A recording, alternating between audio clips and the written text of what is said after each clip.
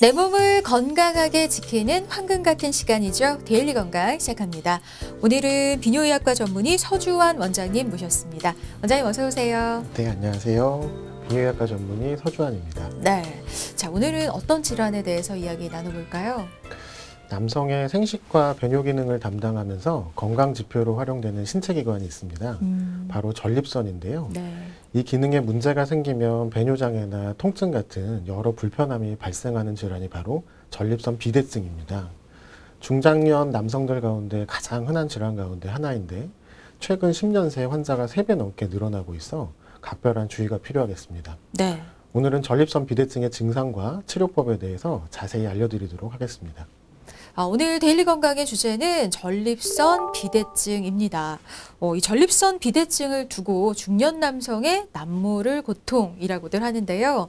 자, 구체적으로 이제 전립선 비대증이 무엇인지 알아보기 전에 우선 전립선이란 무엇인지 또 우리 몸에서 어떤 기능을 하는지 좀 살펴볼까요, 원장님? 네. 전립선은 일본식 표현으로 우리말로는 전립샘이 더 적절한 표현입니다. 네. 침샘과 마찬가지로 사정 시 정액의 약 30%를 차지하는 전립샘액을 분비하는 기능을 담당하며 그 외에도 알려지지 않은 다양한 기능이 있습니다. 네. 전립선은 섬유 및 근육으로 이루어져 있으며 방광과 바로 이어져 요도가 그 내부를 통해서 지나가는 도너츠형 구조로 생각하시면 되겠습니다.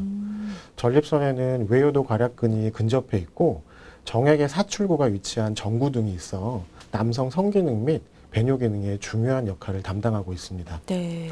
그리고 그 정확한 기능에 대해서는 아직까지 연구가 진행 중에 있습니다. 그렇군요.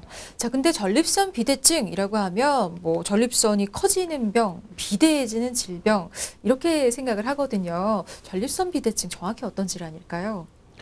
전립선은 남자에게만 있는 기관으로 정액의 일부를 생산하고 저장하는 기능이 있고 소변을 참게 해주는 요도 괄약근과 근접해 있습니다. 네. 보통 남성 호르몬은 30대 때부터 떨어지기 시작하는데요. 이 영향으로 40대 때부터는 전립선이 서서히 커지게 됩니다. 전립선이 커지면 소변이 지나가는 통로를 막고 자극하게 되는데 이런 이유로 여러 가지 배뇨곤란 증상이 발생하게 됩니다. 이것을 전립선 비대증이라고 하겠습니다. 네. 자, 그리고 또 전립선 비대증 외에도 전립선에 생길 수 있는 다른 질환들이 있을 것 같거든요. 어떤 문제들이 생길 수가 있을까요? 전립선에 발생하는 대표적인 질환들은 급성 및 만성 전립선염, 전립선 비대증, 전립선 암 등이 있습니다. 네. 자, 그렇다면은 전립선 비대증이 전립선 암으로 발전할 수도 있을까요? 아니요. 전립선이 커질수록 암이 생길 확률도 높아진다고 생각하기 쉬운데요. 네. 하지만 실제로는 전립선 비대증과 전립선 암은 원인이 다르며 전립선 비대증과 전립선 암의 연관관계는 아직까지는 없습니다. 다만 전립선 비대와 전립선 암 모두 전립선이 커지는 양상을 나타내기 때문에 증상이 비슷할 수가 있습니다. 따라서 전립선 비대증에 대해 검사하다가 우연히 암을 찾아내는 경우가 종종 있습니다. 네, 그러니까 증상이 좀 비슷하기 때문에 정확한 검사를 받아서 정확하게 감별하는 것도 굉장히 중요할 것 같습니다. 자, 이어서 발생 시기에 대해서 좀 질문을 드려볼게요. 요즘 전립선 비대증으로 고생하는 남성분들 많다라는 얘기를 들었는데 특별히 어느 연령대 남성분들에게 좀 많이 나타날까요?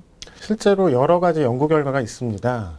2019년도 우리나라의 연령별 환자 비중을 살펴본다면 50대에서는 약 50% 정도, 60대에서는 약 60, 70% 정도, 70대에서는 약 70에서 80% 정도가 전립선 비대증 증상을 호소하는 것으로 나타났습니다. 네. 자, 이렇게 노화와 연관이 있다라는 사실을 알게 됐는데 이제 노화 외에 또 다른 원인 어떤 게 좀 있을까요? 사실 아직 전립선 비대증의 원인은 명확하게 밝혀진 것은 없습니다. 네. 하지만 노화에 따라서 남성 호르몬의 불균형이 전립선을 크게 만든다는 가설이 있고요. 환경적인 요인으로는 서구식 식생활, 즉 열량이 높은 육식 위주의 식단이 전립선 비대증의 원인이 될 수 있다고 알려져 있습니다. 네. 또 채식을 주로 하는 경우 전립선 비대증의 발생이 적다고 알려졌는데요. 채소에 포함된 식물성 에스트로겐이 전립선 내에서 남성 호르몬을 줄이는 항남성 호르몬 효과를 일으켜 전립선 비대증을 예방하기 때문이라고 생각하고 있습니다. 네. 자, 그러니까 뭐 100% 그렇다고 할 수는 없겠지만 식습관이 굉장히 좀 중요하게 영향을 끼치는 걸로 보이는데요. 자, 그러면은 좀 비만한 남성에게서 좀 많이 발생할 수 있는 건가요? 네, 그렇습니다. 여러 가지 연구 결과들이 그것을 뒷받침하고 있는데요. 한 연구 결과를 보면 비만도가 증가하면 그에 비례하여 전립선의 크기가 증가한다고 보고하였으며, 또한 비만도가 35 이상인 고도 비만 환자에서 비만도 25 이하인 정상 체중에 비해 전립선의 크기가 40cc 이상의 큰 전립선 비대가 발견될 확률이 3.5배 증가하는 것으로 밝혀졌습니다.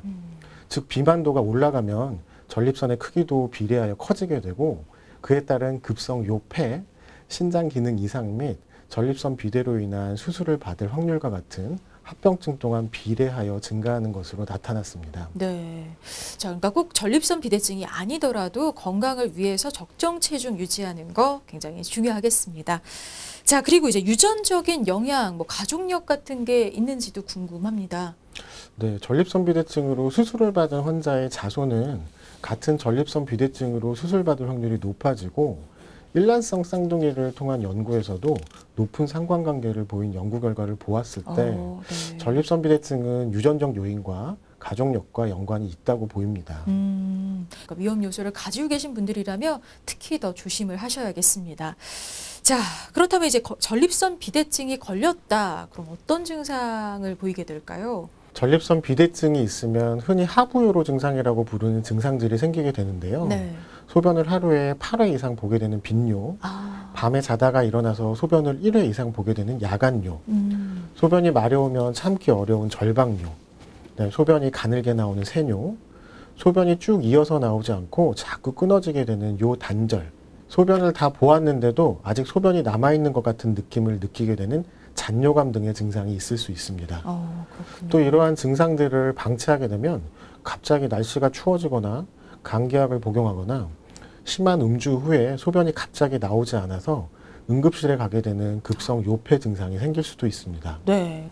자, 이제 앞서 말씀해 주신 이런 여러 의심 증상이 나타나서 병원을 찾았다면 이 전립선 비대증은 어떤 검사로 좀 진단을 하게 될까요? 가장 먼저 중요한 것은 환자분이 실제로 느끼는 증상과 정도입니다. 비뇨기과를 먼저 방문하시게 되면 환자분들의 배뇨 증상에 대해 설문지를 작성하게 되는데요. 이런 설문지를 통해서 의사는 환자분의 증상과 정도를 평가해서 병의 정도를 예측할 수가 있겠습니다. 또 전립선 비대증은 전립선 암과 비슷한 연령대에서 발생하기 때문에 전립선 특이항원 PSA를 검사하여 반드시 전립선 암의 위험도가 있는지 평가하는 게 중요합니다. 네. 소변 검사를 통해서 소변에 감염은 없는지, 단백뇨나 혈뇨는 없는지 확인하게 되고요. 요속 검사, 우리가 일반적으로 오줌발 세기 검사라고 하는데 그런 소변의 세기와 소변 보는 시간, 소변을 본 후에 방광에 남은 잔뇨의 양을 측정하는 검사로 기능적인 검사를 하기도 합니다. 네. 또 전립선을 가장 쉽게 만질 수 있는 게 항문을 통해서 촉진할 수 있는데요. 손가락을 이용하여 항문을 통해 전립선을 만져보거나 초음파로 전립선의 크기나 종물의 유무 등을 확인하기도 합니다. 그렇군요. 자, 그럼 이런 검사를 통해서 진단을 받았다. 그럼 바로 치료를 받아야 할 텐데요. 근데 아무래도 워낙 흔한 질환이다 보니까 전립선 비대증이 있어도 뭐 알아서 나아지겠지 생각하고 방치하시는, 또 치료를 미루는 분들도 많더라고요. 자, 실제로 그냥 놔두면 자연 치유가 되기도 하는지 궁금해요. 증상이 심하지 않고 일상생활에 크게 지장이 없거나 특별한 통증이 없는 경우에는 그냥 방치하는 경우가 많습니다. 네. 하지만 이 질환을 그대로 방치한다면 배뇨 활동에 문제가 생김에 따라 소변에 균이 생겨서 요로감염이나 방광염 등을 유발하며 급성 요폐나 요실금 또는 혈뇨, 방광결석과 같은 질환으로 이어질 수가 있습니다. 또한 전립선 비대증 때문에 방광의 기능이 저하가 된 상태가 오래 지속이 되면 신장까지 소변이 역류하는 방광요관 역류가 생겨 신우신염 등의 감염 증상이나 심하게는 신장의 기능이 저하되는 신부전 등이 발생하여 생명에 지장을 줄 수도 있습니다. 그렇군요. 그러니까 제때 치료하지 않으면 증상이 더 심각해질 수도 있고 다양한 합병증으로 이어질 수도 있으니까 제때 치료 잘 받으시는 게 중요할 것 같습니다. 자, 그럼 본격적으로 전립선 비대증 치료법에 대해서 알아봐야 할 텐데요. 어떻게 치료할까요, 선생님? 기본적으로는 약물 치료가 시행되고요. 약물이 반응하지 않는 분들은 전립선 결찰술 등의 시술이나 전립선 절제술 같은 수술을 받게 됩니다. 자, 그럼 일단 1차적으로는 약물 치료를 진행을 한다는 건데 약물 치료만으로 어느 정도 호전이 가능한 건지 치료 경과를 좀 알려주세요. 약물 치료는 1차적인 치료로 초기 증상을 보이는 환자들에게 시행하며 약물 치료만으로 충분한 효과를 거둘 수 있고 하부요로 증상 같은 불편함을 해소하고 전립선 성장을 막아주게 됩니다. 네. 하지만 전립선 비대증의 근본적인 원인은 노화이기 때문에 아직까지는 노화를 치료할 수 있는 약이 개발되어 있지가 않습니다. 따라서 전립선 비대의 진행을 막지 못하고 투약을 중지하게 되면 증상이 악화되는 단점이 있습니다. 네. 따라서 약물 치료는 매일 꾸준히 평생을 복용하셔야 되는 거고요. 또한 심한 증상이 있거나 약물이 몸에 맞지 않는 경우에는 약물 치료로는 충분한 효과를 얻기가 힘들 수도 있습니다. 네. 자, 하지만 이 약물 치료로 충분한 효과를 못 얻는 경우에는 다른 치료를 좀 병행을 할 필요도 있을 텐데요. 어떤 경우에 이제 수술적 치료가 필요한지 또 어떤 수술이 이루어지는지 알려주세요. 네, 증상이 매우 심하여 환자분이 약으로 효과를 얻지 못하는 경우, 또 환자분이 약물 부작용으로 약을 복용하지 못하거나 복용하는 것을 매우 싫어하여 수술을 원할 때 시행하게 되는데요. 음주를 하고 갑자기 소변이 나오지 않는 급성 요폐가 발생한다거나 방광 결석이 있는 경우, 신장까지 영향을 미쳐서 신장의 기능이 떨어지는 경우가 생기는 경우에는 문제가 생길 가능성이 높으므로 수술을 먼저 권유하게 됩니다. 전립선 비대증 수술은 내시경을 통하여 사과 속을 숟가락으로 파서 먹듯이 절제하게 되는데요. 옛날에는 작은 반달 모양의 전기 칼로 조직을 조금씩 절제하여 출혈이 문제가 되기도 했었습니다. 이후에 이런 문제를 보완하기 위해 전기 칼 대신 저온의 플라즈마를 이용해 조직 손상을 줄이는 수술법이 고안되기도 했었고요. 비대 조직을 커튼을 치듯이 양쪽으로 고정시키는 전립선 결찰술도 개발되어 수술법이 다양해지고 있습니다. 네. 최근에는 홀뮴 레이저와 같은 최첨단 장비가 개발되어서 출혈이나 재발 등 부작용을 최소화하고 한두 시간 정도 수술로 증상이 호전될 수가 있습니다. 그러니까 수술 과정이 굉장히 좀 편해졌다 말씀을 해주셨는데요. 그럼에도 수술을 통해 전립선을 절제하다 보면은 생길 수 있는 어떤 부작용은 없을까요, 선생님? 네, 전립선 수술을 하게 되면 많은 분들이 고민을 하시는 것이 정액이 앞으로 나오지 않고 방광으로 들어가게 되는 역행성 사정이 높은 확률로 생길 수가 있습니다. 네. 그러나 역행성 사정은 전립선 비대 조직을 제거하고 남은 공간으로 인해 발생하기 때문에 몸에 해롭지는 않고 시간이 지나면서 회복되므로 크게 염려하실 필요는 없습니다. 네. 그래도 성생활의 빈도와 관계없이 수술 전 반드시 환자분께 이 부분에 대한 사실을 말씀드리고 동의하에 진행하게 되며 보통 성생활의 빈도가 활발하지 않은 고령의 환자분들의 경우 수술적 치료의 빈도가 더 많은 것이 사실입니다.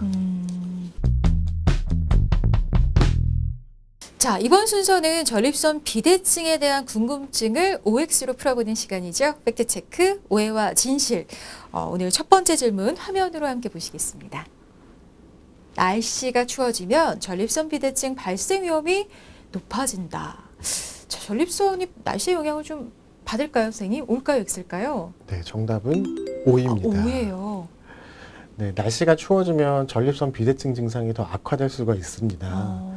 날씨가 추워지면 교감신경계 활성의 증가로 근육과 세포들이 수축되고 이완이 잘 되지 않는데 전립선 주위 근육과 전립선 자체 세포들이 수축하고 이완되지 않아서 요도 압박이 더 심해지고 증상을 더 악화시키는 경우가 일반적입니다. 네, 그러니까 날씨의 영향을 받는다는 거 기억해 두시면 좋겠고요. 자, 두 번째 질문도 보겠습니다.